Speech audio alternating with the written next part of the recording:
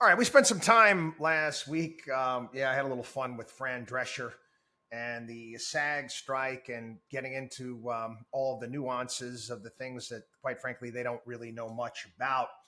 You got big time media titan Barry Diller being interviewed and laying it out like we said. Listen, there's only so much money to go around. A devastating forecast for Hollywood.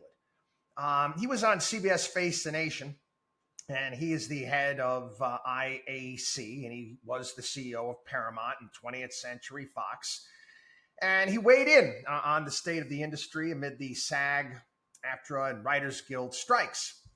And he called it basically a perfect storm. You had COVID, which sent people home to watch streaming television and killed theaters. You've had the results of huge investments in streaming, which have produced all of these losses for all of these companies that are now kind of retrenching. So at this moment, it's kind of a perfect storm. And he said, we got to have a settlement by September 1st, or there could be catastrophic ramifications if the strikes continue on. Who cares about Hollywood, Diller said, referencing what he believes to be overriding public sentiment on the issue. Who cares about it? But the truth is, this is a huge business, both domestically and for world exporters. But these conditions will potentially produce an absolute collapse of an entire industry. Yeah, I mean, again, you think about all of the people that are involved in that business. Everything from the people that supply catering, for crying out loud, that are feeding the actors. And it is a very big business.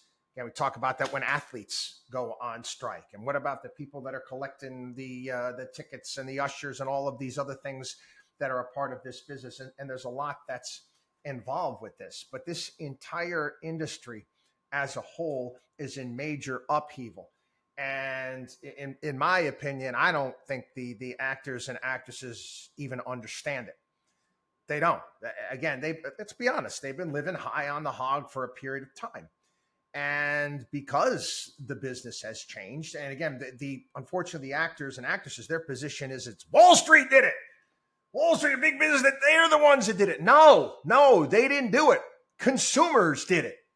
Consumers got sick and tired of spending so much money, and prices come down. You can pick and choose what you want to watch. You don't have to get cable and have to pay for, 500 stations, 490 of them you won't even watch anymore. You don't have to do that any longer, which again, good for the consumer, might not be as good for, again, the actors and actresses, and they're going to have to adjust. I do get it, and I mentioned this last week on the podcast when it came to artificial intelligence. And I think that the rules should be very, very tough when it comes to that, and not allowing these media conglomerates to use people's likeness without their permission. Just that simple. You have to be able to sign off on something like that. Reuters piece here. Okay. Traditional TV is dying. Ad revenue is soft. Streaming isn't profitable. It's not. That's the thing people don't understand. I try to get that across to everyone out there when it comes to streaming. Okay, I pay for a myriad of different streaming services, and my Yahoo children all the time keep signing up for more, and I got to keep checking. Okay, but the reality is, my spoiled Yahoo children, they don't like watching commercials either. So they get the most expensive one that's out there. And I admit it, I do it too. I don't want to watch commercials, wasting my time. So again, you pay for the streaming service, but you used to pay for cable. Plus, you had to watch the damn commercials unless you TiVo'd it and fast forward it. I remember that was an argument during the day when the cable companies put the DVRs in everyone's house, saying, well, is anybody going to just fast forward, tape the shows and fast forward past the commercials? Aren't the advertisers going to start to recognize that and say, hey, you know what? I don't want to advertise anymore? Yeah. Why do you think sports is such an important part of the equation nowadays? Who in God's creation likes to watch a rerun of a sporting event? They don't. It's live programming. And this is why, again, these sports franchises, they're worth so much. And these networks are willing to pay so much for them because people are tuned in live and they can run ads. Again, I made the example last week. I'll make it again in case you missed it. If you are Mercedes-Benz, you're Mercedes-Benz and you want to advertise your cars. Now, you sell an expensive car. How do you advertise on a television show? Back in the day, you could say, hey, and my demographic is going to be watching this show. I'm going to buy advertisements on this show, and the people are going to watch it during the commercial break. No more commercial break, right?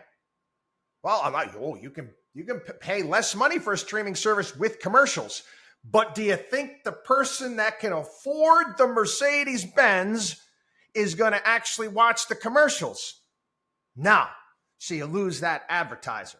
Following what I'm trying to get across here. Anyway, again, Netflix has their new advertising model, and they've also pushed to stop with the whole password sharing bit. And again, they haven't really bought anything. They've got a ton of content that's there, and they seem to be, continue to lead in their position.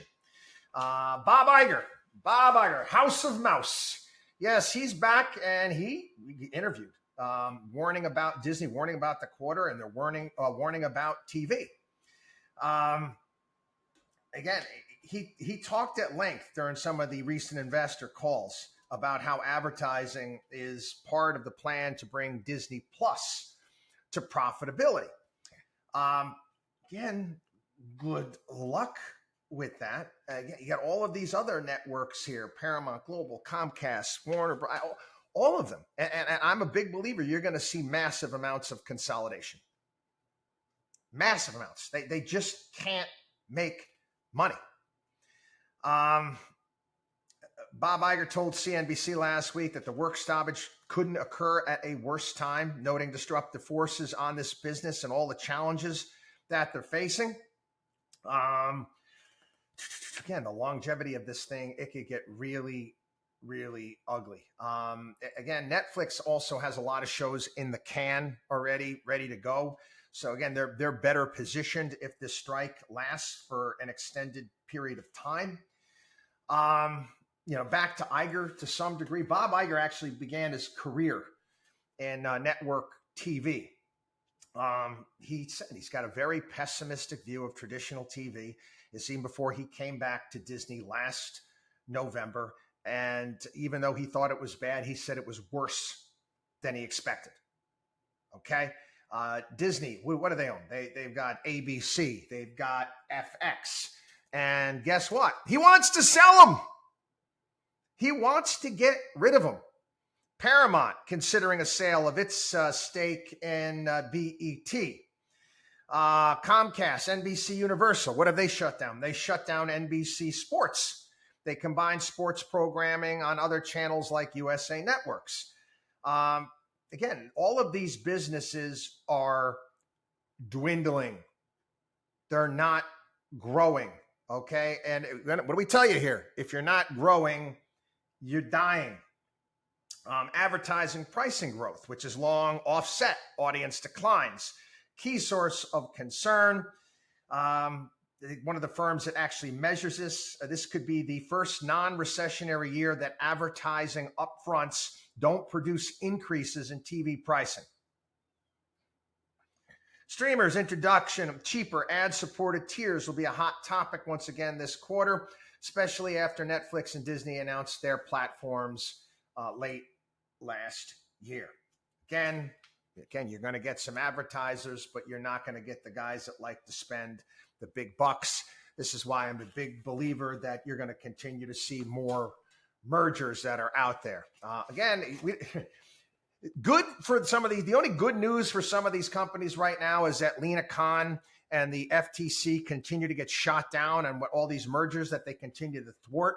So the regulatory roadblocks, drawbacks might be going by the wayside. But yeah, the business has changed.